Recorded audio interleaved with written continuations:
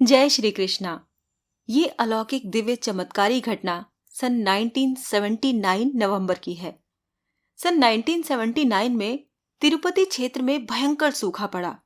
दक्षिण पूर्व का मानसून पूरी तरह विफल हो गया था। गोगर्भम जलाशय, जो तिरुपति में जल आपूर्ति का प्रमुख स्रोत है, लगभग सूख चुका था। आसपास के सारे कुएं भी लगभग सूख चुके थे। तिरुपति ट्रस्ट के अधिकारी बड़े भारी तनाव में थे।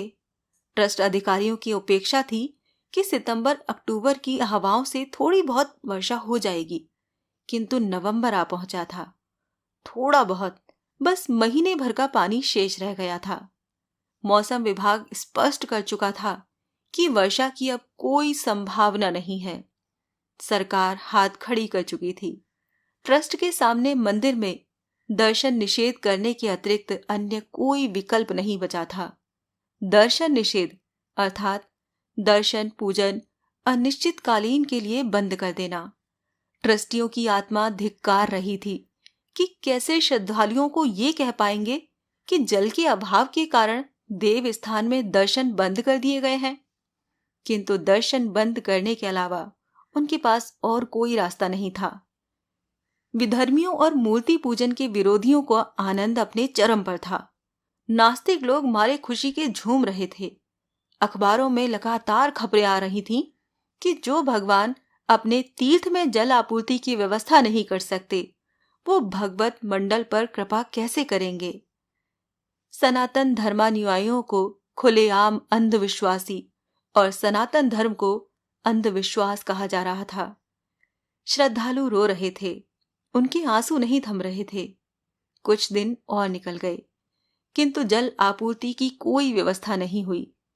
अचानक घबराए हुए ट्रस्टियों को कुछ बुद्धि आई और उन्होंने वेदों और शास्त्रों के धुरंधर विद्वान और तिरुपति ट्रस्ट के सलाहकार 90 साल के श्री उप्पुलरी गणपति शास्त्री जी महाराज से संपर्क किया।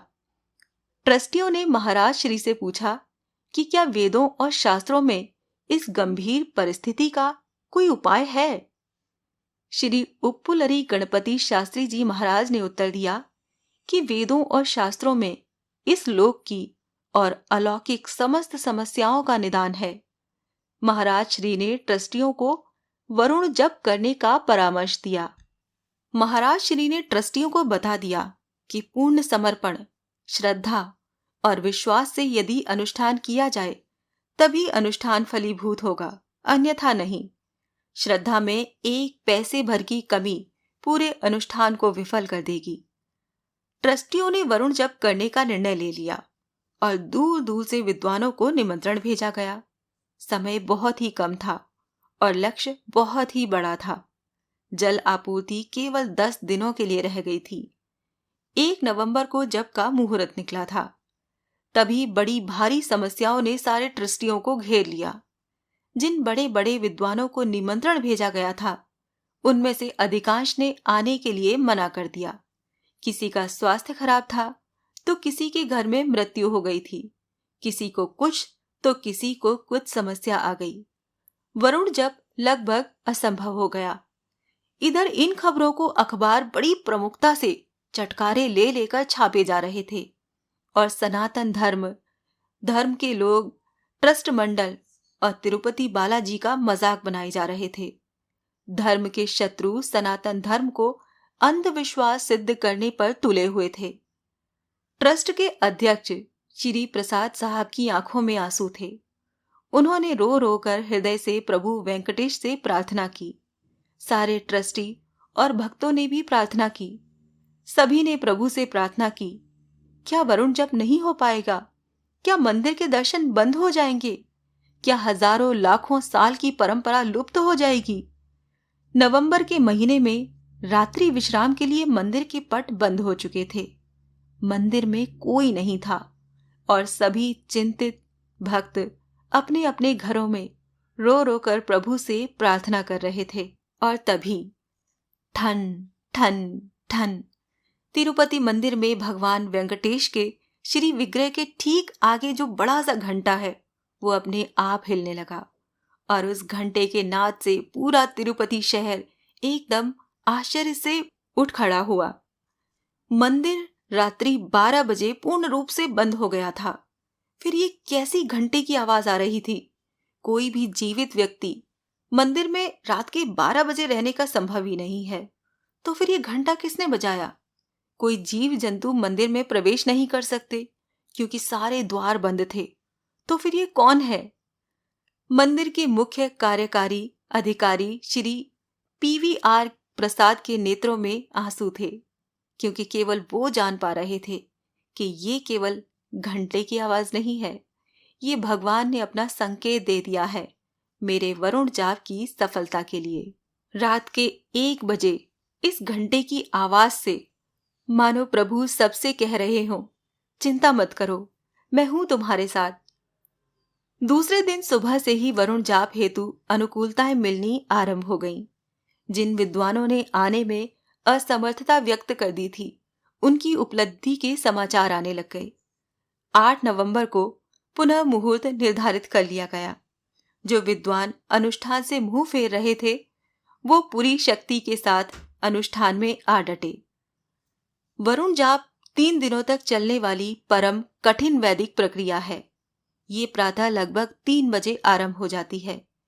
इसमें कुछ विद्वानों को तो घंटों छाती तक पुष्करणी सरोवर में खड़े रहकर मंत्र जाप करने थे। कुछ भगवान के अर्चा विग्रहों को अभिषेक करते थे, कुछ यज्ञ और होम करते थे, तो कुछ वेद पाठ करते थे। 3 दिनों की इस परम कठिन वैदिक प्रक्रिया के चौथे दिन पूर्णाहुति के समय में सहस्र कलशाभिषेकम सेवा प्रभु श्री वेंकटेश्वर को अर्पित की जाने वाली थी। 3 दिनों का अनुष्ठान संपूर्ण हुआ। सूर्य नारायण अंतरिक्ष में पूरे तेज के साथ दैदीप्यमान हो रहे थे। बादलों का नामो निशान तक नहीं था। भगवान के भक्त बुरी तरह से निराश होकर मन ही मन भगवान से अजस्र प्रार्थना कर रहे थे। भगवान के अर्चा विग्रहों को पुष्करणी सरोवर में स्नान कराकर पुनः श्रीवारी मंदिर में ले जाया जा रहा था। सेक्युलर पत्रकार चारों ओर से खड़े होकर तमाशा देख रहे थे और हंस रहे थे, और चारों ओर विधर्मी घेर कर चर्चा कर रहे थे कि अनुष्ठान से बारिश, ऐसा कहीं होता है? कैसा अंधविश्वास है ये, कैसा पाखंड है ये। ट्रस्ट के अध्यक्ष श्री प्रसाद साहब और ट्रस्टीगण मन ही मन सोच रहे थे कि हमसे कौन सा अपराध हो गया, क्यों प्रभु ने हमारी पुकार अस्वीकार कर दी। अब हम संसार को और अपने आप को क्या मुंह दिखाएंगे। इतने में ही 2-3 पानी की बूंदें श्री प्रसाद के माथे पर पड़ी। उन्हें लगा कि पसीने की बूंदें होंगी, और वो मंदिर की ओर घोर निराशा भरे कदम बढ़ाते रहे। पर फिर और 5-6 मोटी मोटी बूंदें पड़ी। सर ऊपर उठाकर देखा तो आसमान में काले काले पानी से भरे हुए बादल उमड़ आए हैं और घनघोर बिजली कड़कड़ा उठी। 2-3 सेकंड में मूसलाधार वर्षा आरंभ हो गई। ऐसी वर्षा कि सभी लोगों को भगवान के उत्सव विग्रहों को लेकर मंदिर की ओर दौड़ लगानी पड़ी। फिर भी वो सभी सर से पैर तक बुरी तरह भीग गए थे। लेकिन याद रहे, वर्षा केवल तिरुपति के पर्वत क्षेत्र में हुई। आसपास एक बूंद पानी तक नहीं बरसा। गोगर्भम जलाशय और आसपास के कुएं लबालब भर कर बहने लगे। इंजीनियरों ने तुरंत आकर बताया कि पूरे वर्ष तक की जल आपूर्ति में अब कोई चिंता नहीं। सेक्युलर पत्रकार और धर्म के शत्रुओं के मुंह पर हवाइयां उड़ने लगीं और वो बगलें झांकने लगे। लोगों की आंखें फटी की फटी रह गईं। भक्त मंडल जय जयकार कर उठा। ये घटना सबके सामने घटित हुई और हजारों पत्रकार और प्रत्यक्षदर्शी इसके प्रमाण हैं। भगवान वेंकटेश्वर कोई मूर्ति नहीं, वरन साक्षात श्रीमन नारायण स्वयं हैं। अपने भक्तों की पुकार सुनकर वो आज भी दौड़े चले आते हैं। भक्त हृदय से पुकारें तो सही। जय श्री कृष्णा।